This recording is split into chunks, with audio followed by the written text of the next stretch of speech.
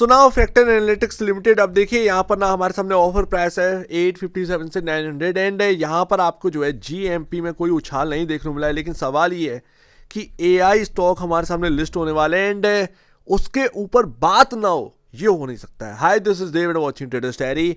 फीका यहाँ पर सब्सक्रिप्शन देखने को मिला है 0.08 टाइम।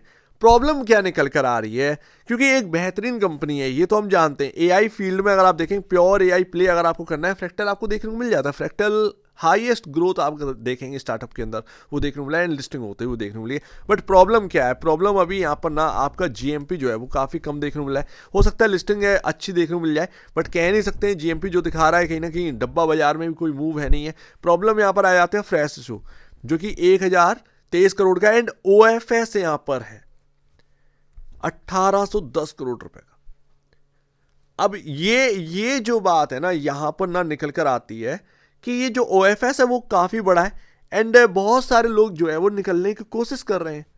लमसम अगर आप देखेंगे आज की डेट में जो वैल्यूएशन देखने को मिल रही है वो आपका 15,000 समथिंग करोड़ के आसपास का देखने को मिल रहा है। आप देखोगे तो उससे यहाँ पर ना 11-12% के आसपास का यहाँ पर जो है टोटल वो ओएफएस की वैल्यू देखने को मिल रही है उसके बराबर। तो यानी कि बड़ा चंक जो है वो बाहर निकलता हुआ नजर आ रहा है। लेकिन ये भी तो सोचो एक बार कि भाई एक स्टार्टअप था जिसमें बहुत बड़ा इन्वेस्टमेंट जो है लोगों ने कर रखा था। बहुत बड़े क्या, हम लोग के हिसाब से तो बड़े, ये 1 करोड़ रुपए हमारे लिए तो काफ़ी बड़ा हो जाता है। तो बात यहाँ पर ये है कि इन्वेस्टमेंट कर रखा था एंड आज की डेट में उनका भाव, उनका वैल्यूएशन जो है कहाँ पहुँच गया। तो कहीं ना कहीं वो थोड़ा सा बेचना चाह रहे हो, तो कहीं ना कहीं कोई निकलना चाह रहा होगा। बात यहाँ पर ये आ जाती है, तो पैसा बनता है, लोग निकलते हैं। आपका पैसा बनेगा तो आप भी तो निकलोगे ही। बट एक बार वैल्यूएशन एनालिसिस भी कर लेते हैं, ऐसी बात नहीं है। 15,473 करोड़ रुपए का मार्केट कैप है। कोई बहुत बिग मार्केट कैप नहीं है, लेकिन हाँ कोई बहुत स्मॉल मार्केट कैप भी नहीं है। आज की डेट में अगर आप देखेंगे तो हमारे सामने स्मॉल कैप कंपनियां देखने को मिल जाती हैं आईटी के अंदर। मैं एक दो नाम बताऊं आपको, डेटामेटिक हुआ, ठीक है ना, और अब तो हैप्पीएस्ट माइंड भी उसके आसपास ही आ चुका है। आप डेटामेटिक उठाइए, उनका एआई के अंदर एक काफ़ी बड़ा इन्वेस्टमेंट है, लेकिन उनका मार्केट कैप सिर्फ 4,000 करोड़ के आसपास का है। दैट्स वाई कि अगर आप देखेंगे तो आप स्मॉल कैप के अंदर आपको बहुत सारी कंपनियां मिल जाएंगी, लेकिन प्योर एआई जो है वो आपको नहीं मिलेगा। तो उसका वैल्यू मार्केट को करना चाहिए, सही मायने में तो करना चाहिए। तो मैं तो ये कह सकता हूं बॉस कि हाँ, अगर आप आईपीओ नहीं लगा रहे हो एंड कोई डिस्काउंट आपको मिल जाए, जैसे कि अगर आप देखोगे आपको कोई डिस्काउंट मिल जाए, आपको 10% 20% का डिस्काउंट अगर आपको इस स्टॉक में मिल जाता है, तो एक शायद आगे के लिए काफ़ी बेहतरीन रहेगा सिनेरियो, कहीं ना कहीं रह सकता है, ठीक है ना। वो अपनी अपनी फिर बैट है, जाहिर सी बात है। हाँ, एक और जो एक बात आ जाती है वो आ जाती है पी रेशियो की। हाई पी रेशियो पर है, तो वो हाई पी की वजह से शायद जो मार्केट है वो तवज्जो नहीं दे रहा है। बात यहाँ पर ये सिंपली आ जाती है, हाई पी रेशियो जो हमको देखने को मिलता है। एंड अभी क्या है कि आईटी का जो है प्रॉब्लम बहुत ज़्यादा चल रहा है। आप देखे होंगे आईटी क्योंकि हमारे स्टॉक्स जो है आईटी के वो क्रैश हो चुके हैं, सभी 52 वीक लो पर है। तो एक कहीं ना कहीं उसका भी एक रव ऑफ इम्पैक्ट जो है वो फ्रैक्टल एनालिटिक्स के आईपीओ पर पड़ा है यहाँ पर ना। लेकिन वो क्यों प्रॉब्लम आई है ये भी तो देखो, वो आईटी स्टॉक्स गिरे तो वो क्यों प्रॉब्लम आई है, बिकॉज ऑफ आप देखेंगे एआई, एंड ये तो प्योर एआई कंपनी है। तो बात थोड़ा सा ये समझिए, उनका एआई में बढ़ना हो रहा है आज की डेट में, इनका प्योर एआई प्ले है एंड एआई की वजह से आप देखिए दुनिया भर में बूम देखने को मिल रहे हैं। कहीं ना कहीं इस कंपनी को आगे चलकर बेनिफिट मिलने वाला है, पॉसिबिलिटी यही है। बाकी मैं एक बात बताऊं, आपने चैटबॉट देखे होंगे, जैसे चैट जीपीटी, ये आपने देखा होगा, जेमिनी गूगल का, वो आपने देखा होगा। ये है चैटबॉट्स, ठीक है ना। एक होता है एआई एजेंट, ठीक है ना, एक होता है एआई एजेंट। तो यहां पर अगर आप देखेंगे इस कंपनी के 3 प्लेटफॉर्म है, काफी इंपॉर्टेंट है, तो बहुत सारे, लेकिन ये प्लेटफॉर्म काफी इंपॉर्टेंट है। कॉन्जेंटिक, ठीक है ना, माफ कीजिएगा, कोजेंटिक। तो कोजेंटिक जो है वो आपका काफी इंपॉर्टेंट प्लेटफॉर्म आ जाता है। मैं ये क्यों कह रहा हूं, ये एआई एजेंट को बिलोंग करता है, जो कि अभी जो है चलन में आ गया है।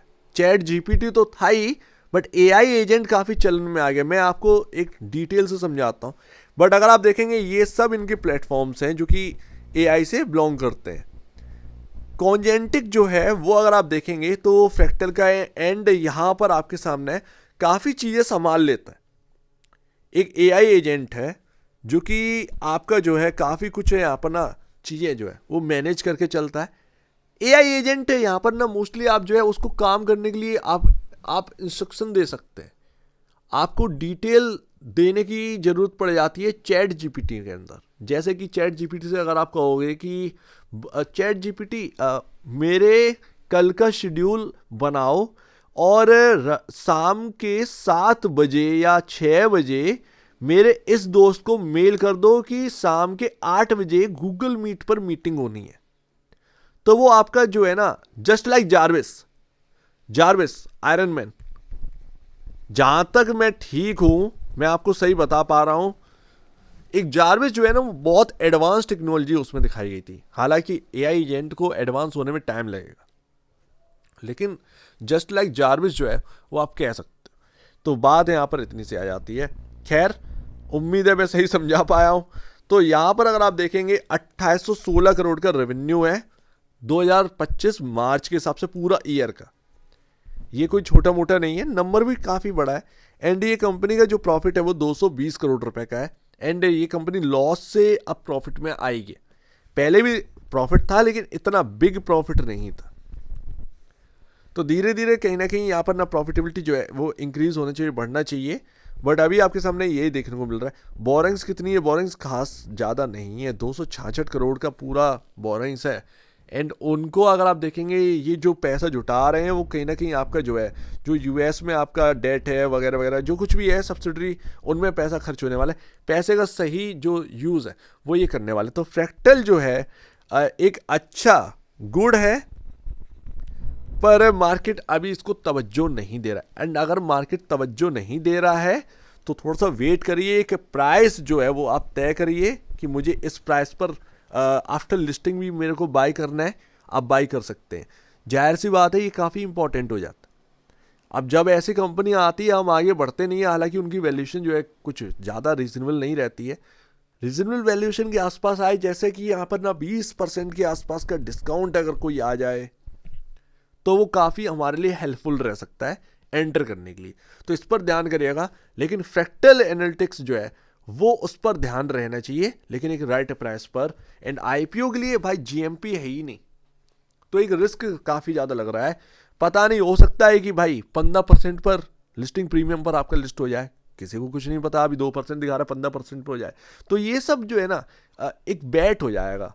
बैट होंगे तो वो कुछ समझ में आएगा नहीं। तो बात यहाँ पर इतनी सी आ जाती है। लेट्स सी, देखते हैं यहाँ पर क्या रहता है। बट आगे के लिए जो है वो आपको ये नोट कर लेना है, फ्रैक्टल एनालिटिक्स ये आपको नोट करके चलना है, ज़्यादा बेहतर रहेगा।